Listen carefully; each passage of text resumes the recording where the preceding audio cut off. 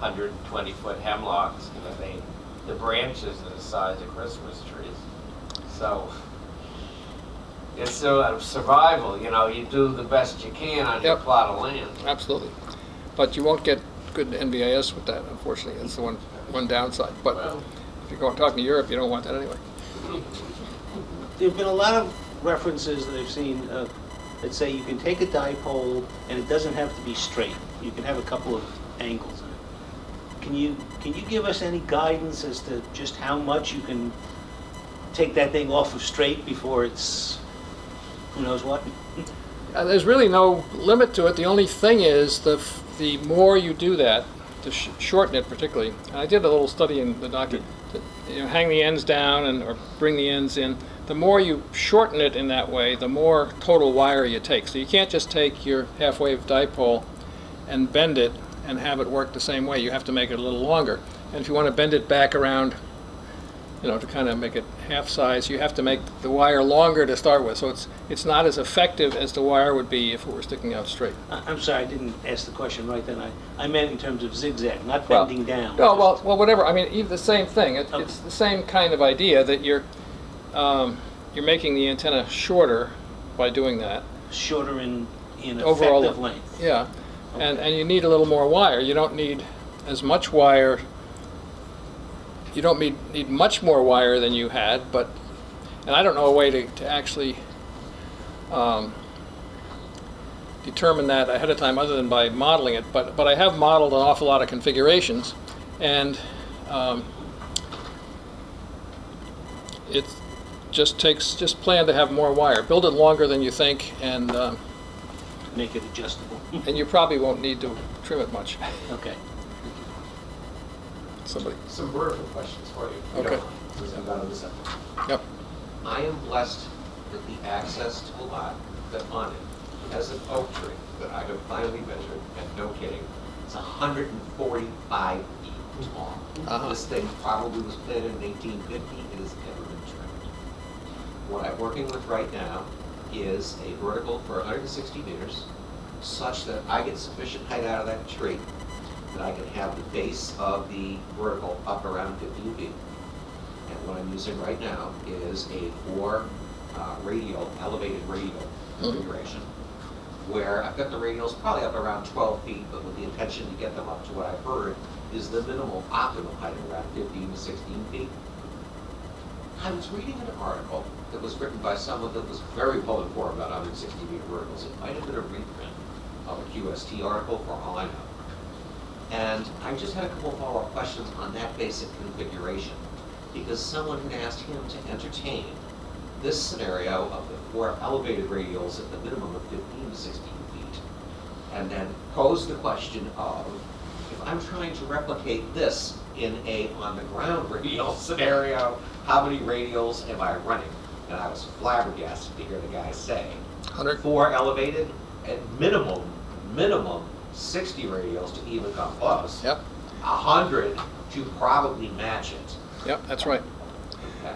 Absolutely right. And the other thing is, Right. it won't quite match it because having it off the ground, like, again, we get the two separate things going on. One is the efficiency of getting power into the antenna, Right. which has to do with ground losses. So that's one thing. The other thing is, where is the peak of your main lobe? And as you raise the antenna, we know that with horizontal antennas, it's critically important to have, for low angle radiation, to have a high antenna off the ground. Vertical antennas, not so much. Right on the ground works and has a reasonably low lobe, but if you take it up maybe 15 feet, I don't know what the exact number, but I've done some studies on this. I had an article, in fact there was an article I wrote in QST you could look up, and it says, the title of it was, what's the optimum height for your vertical antenna, for example. But, so I don't know exactly what the answer is, but I'm thinking you're on the right track. 15, you don't have to go up very far. It's not like you have to go up a half wavelength or anything. You have to go up a little bit, and you get a couple degrees lower peak elevation angle. So, besides which, you won't get it caught on deer antlers, things like that. A follow-up question. The gentleman then entertained something I've heard people discuss for a number of years, which is, I'm in a really terrible lot, and will the following scenario work, is the way I've heard this presented, and this kind of represents me at my home rather than my ideal lot. I have the ability to run maybe 2 elevated radials, and also the ability to possibly bury an additional 6 to 8 radials or have them on the ground. And I've heard people say, oh, I've worked out this wonderful mechanism where I can basically incorporate both at the same time or isolate the elevated ones from the base ones or even combine them. And what this gentleman said is the notion that you can maximize a less than optimal scenario by combining the elevated ones and the ground ones is a total myth and is in fact totally counterproductive.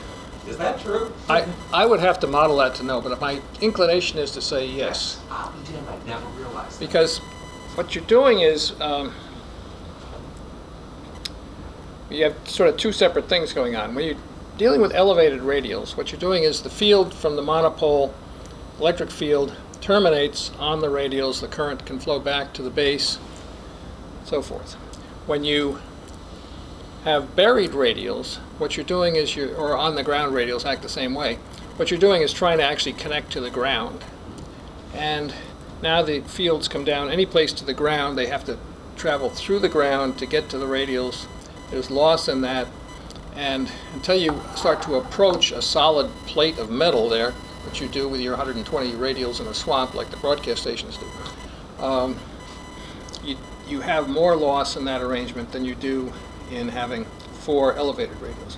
Now, I think 2 elevated radials, modeling indicates it works almost as well. That's what I use. I have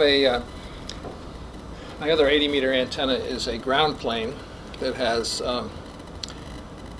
it's actually a double ground plane, and it has 2 elevated radials that are sort of bracketing Europe. And it actually gives me about a 2 dB front to back ratio towards Europe. The main reason I do it is because that's woods and the other direction is lawn. So the radials go where people don't. And it seems to work reasonably well. And I have also my dipole is about 60 feet up, and for Europe they're about a wash, but for further away than Europe the ground plane definitely has an edge. So. Final follow-up question to that, Rita. On the vertical, based on the description I've given you, so you have 4 approximately 12 to 13 foot elevated, and I mean it's 99% vertical. I can't tell. The top foot or 2 might be folding over a limb, but for all intents and purposes it's straight vertical. All I'm using is a isolation valve at the peak point. No matching mechanism whatsoever. Running into about a 200 foot length of coax. It seems to be matching up for me just fine, and within the constraints of my 3-to-1 capable 756 Pro 3 tuner. What am I talking about for impedance there on that antenna? Do you happen to know? I'm sorry, what do you? Impedance of that antenna. Well, if it's perfect, around 25 ohms or so. 36 is the 36. Okay. half a dipole, and that's a good way to measure the efficiency. If it has a 1-to-1 SWR and has 50 ohms impedance, that means you probably have 14 ohms of loss of resistance somewhere. So you're losing 20% of your power or something. In that. The other thing to think about is, depends on what kind of coax you're using. If you're using RG58, 200 feet of RG58. RG8X in this case. Yeah, well, even with RG8X, you really have to take into account the loss in the coax and measure the impedance, or if you can't, measure the SWR at the radio, and then using TLW determine what the actual impedance is at the other end. And you may be surprised to find that much of your matching is taking place in the loss of the coax. Right. No, I've heard that. Yeah, my only problem is the battery holding clip on the MFJ analyzer has to be fixed before I get into the base of the tree. Well, thank you, that's been great. Yeah. Sir. Another question. Can you explain, what is going on? Let's say you have the antenna, okay, for 80 meters, and you are receiving, transmitting, and once you just grant that coax, like,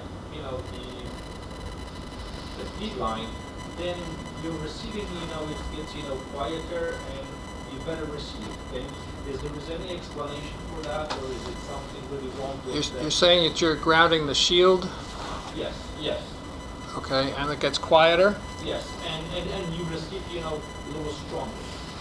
Well, I have to think about that a little bit, but I think what must be happening is you have a common mode situation in which maybe you don't have a balun at the antenna, and therefore part of your receive signal is coming from the outside of the shield as well as from the antenna. And that outside of the shield extends down into the radio station, and that's part of your antenna. And as it goes through, you're picking up noise from things in your basement or in your kitchen or in your laundry room and so forth that's adding to the noise. And by grounding it outside, you're stopping that effect at the entrance to the station.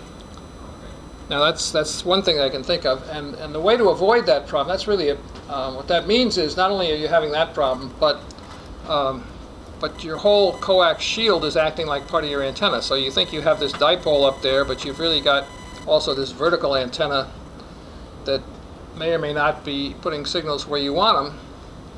And if you put a common mode choke at the antenna feed, you can avoid that altogether. And then it shouldn't matter whether you ground it's good to ground the coax shield anyway for lightning protection, but it shouldn't make any difference. If the coax is operating properly, it shouldn't make any difference what you do to the outside of the shield in terms of receive signal or noise. So if something's happening there, that means the coax is not operating strictly like a transmission line, it's also acting as part of the antenna.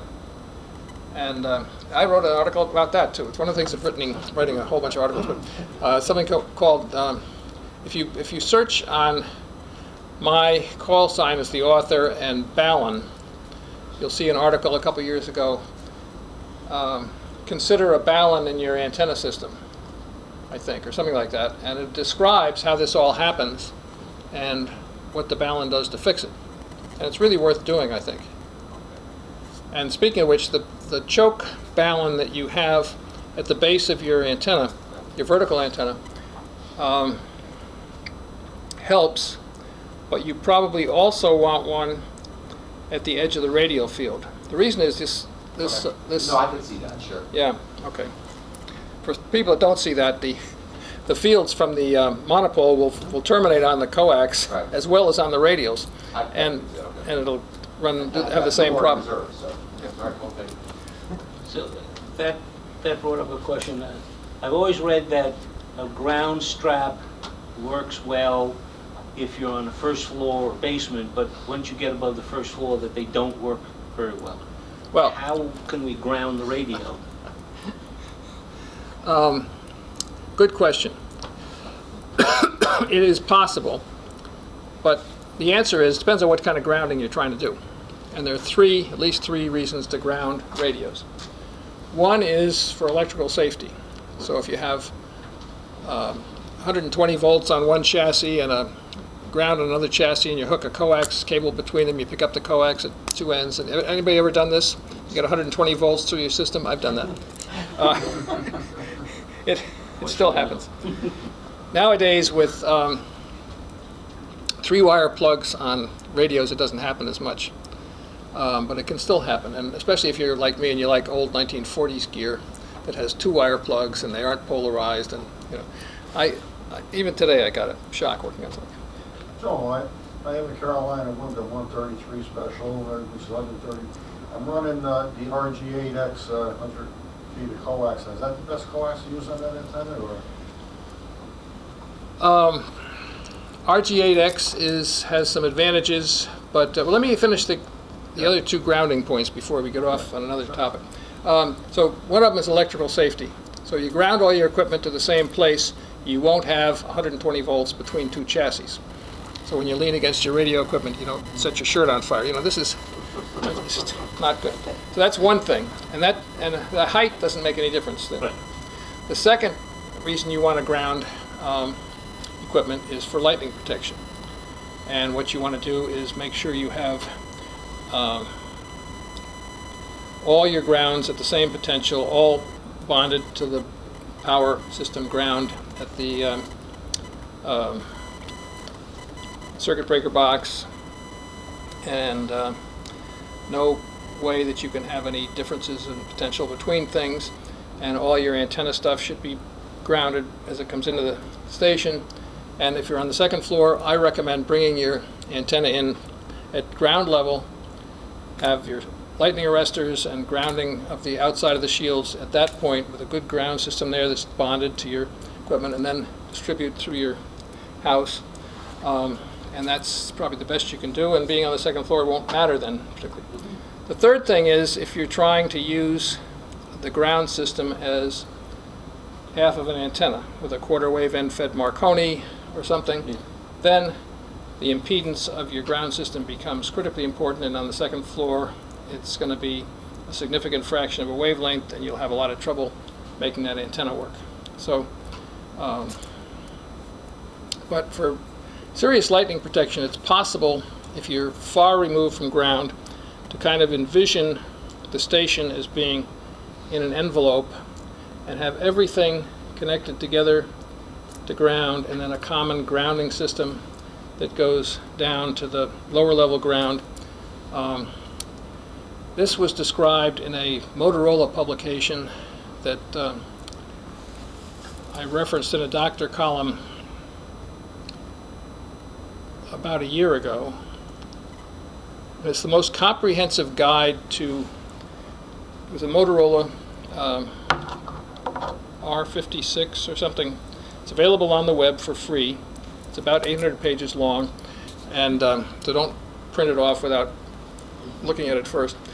But there is a section on grounding in there that is the most comprehensive description I've ever seen. And they have a special case that they talk about of a, and they recommend all the kind of things we've been talking about, and a circumferential ground around the station, and all that kind of stuff. Ground rods every so often on that, and everything bonded as it comes in. But they do have a description of how you deal with a station that is, let's say, on a rooftop, which you sometimes have. Sometimes you have transmitters and antennas on rooftops of high buildings. And they actually describe a procedure by which you can make that whole station environment have no potential between anything. And they go as far as having every desk and every chair bonded together so that you don't fry the operators either, or the equipment. And then they discuss how you bring the common ground connection point into the rest of the building. So that whole area gets elevated. It could be thousands of volts above ground during a lightning strike, but there will be nothing destroyed in the station itself because everything within the station is the same potential. I thought it was very well done. And if you download that thing, you can find that section and just print that section. You don't print the whole thing. They talk about backhoes and all that kind of stuff. Let me get back to the question. I want to make a comment about the grounding up on higher floors. I witnessed a guy who grounded his radio to his copper pipes. That was a home run down to the basement, and then the well was grounded, obviously. I don't know if, I didn't know enough to opine on whether that was safe or not with the water and electric, but he said it was a home run down to the basement. If you have other pipes going laterally off, I would think that would be carried with electric as well. Probably a pretty dangerous situation. Well, the real danger is when you have a potential difference between two things and you get either some equipment or some people simultaneously connected to two parts of that system that are different potential. And if, as long as nobody's crawling down the water pipes when the lightning strike? Yeah, you probably are okay, but you have to be very careful to make sure you really do everything you think you're doing. For example, you not only have the electricity and your antennas coming in there, but you have your phone lines and your computer, your cable TV system coming in, everything else. So keeping all the things bonded tightly together and having it all routed to the same common ground is not a trivial exercise, and that, really go through it very carefully. It's much easier if you don't have to do that. Okay, now you were asking. Well, I couldn't get at the water pipe, so I grounded it to the gas pipe. Oh, that's great. Yeah. You'll find it all in orbit. in terms of coax, RG8X is has lower loss than RG58, but more loss than RG213 or 9913 or LMR 400 or the other things. So the problem with the if you have a matched antenna system, 50 ohm load, the loss in something like RG8X for 150 feet on HF is not going to be devastating. But it could be, even if it's perfectly matched, I'm guessing you could be talking 3 dB on 10 meters, for example. That's half your power. Now, what happens is, with the Carolina Windham, what you'll find is it is not a close match on all the bands. And if you notice it being mismatched back at the station, it's actually a lot worse at the antenna. And the reason for that is because of the loss. And what that means is you're giving up a lot of your power in your coax. So you can actually figure out how much that is. If you send me the standing wave ratio that you measure at the shack on each of the bands, and 150 feet RG8X, I can use TLW, or you can, to find out what the impedance actually is at the bottom of the antenna and how much loss you're suffering. And you can decide, and then knowing that, what we can do is we can say, okay, if you were to change out to RG213, this is what you'd have. If you were to change to something else. Now, the one downside of that you got to be careful of is because of the loss in the cable, the SWR at the radio end is fairly low. Yeah. So your tuner can deal with it very easily. I find I don't need the tuner around here. Oh, yeah, okay. Now, if you put in really low loss cable, Yeah. all of a sudden you will have a much higher SWR at the station. I'm only using 100 feet, not 150, but yeah. Well, that'll give you a third less loss. But those blitz bugs, do you use those, or you don't bother with those things? I use the a similar kind of thing, the, what's the brand? I call them blitz bugs. I know what you mean, and that's an old name that used to be around a long time ago. I don't even know if it's still around, but lightning arresters, what you're talking about, That's what they are. coax lightning arrestor. I use the, Alpha Delta? no, let's see, 20 questions here. That's a, GX Engineering, they have one. I think they sell these, but it's not their brand. It's Begins with a P. Polyphaser. Yeah. I happen to use the Polyphaser ones. I've been happy with them.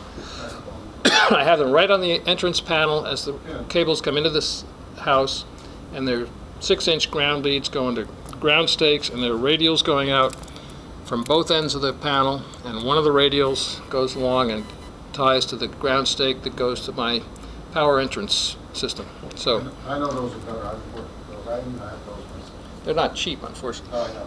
But anyway, so as far as the coax is concerned, we can, all this stuff is we can figure it all out, and we can find out what the story is, and then you can make a knowledgeable decision. Okay. One more question. We discussed about having antenna right on the top of the cliff. What's happened with the radio wave if it's just hitting the let's say the mountain or something? How did it and how far? I mean, it has to be to just have an effect, you know, on the antenna. I'm not sure exactly what you're talking about. So we have this is our cliff. We have an antenna up here. And are you talking about a mountain that's over here? No. I'm talking about different scenario. Having, you know, the flat, you know, ground and the mountain in the front of you. So basically, you having the antenna 30 feet, 40 feet, 60 feet or tower, and you hitting basically the mountain. Yes. So I have, Okay. you know, the different scenario. Yeah, I actually have written about that too. Okay, this is the situation. This is the end of the antenna. Here's the mountain. What you're dealing with here is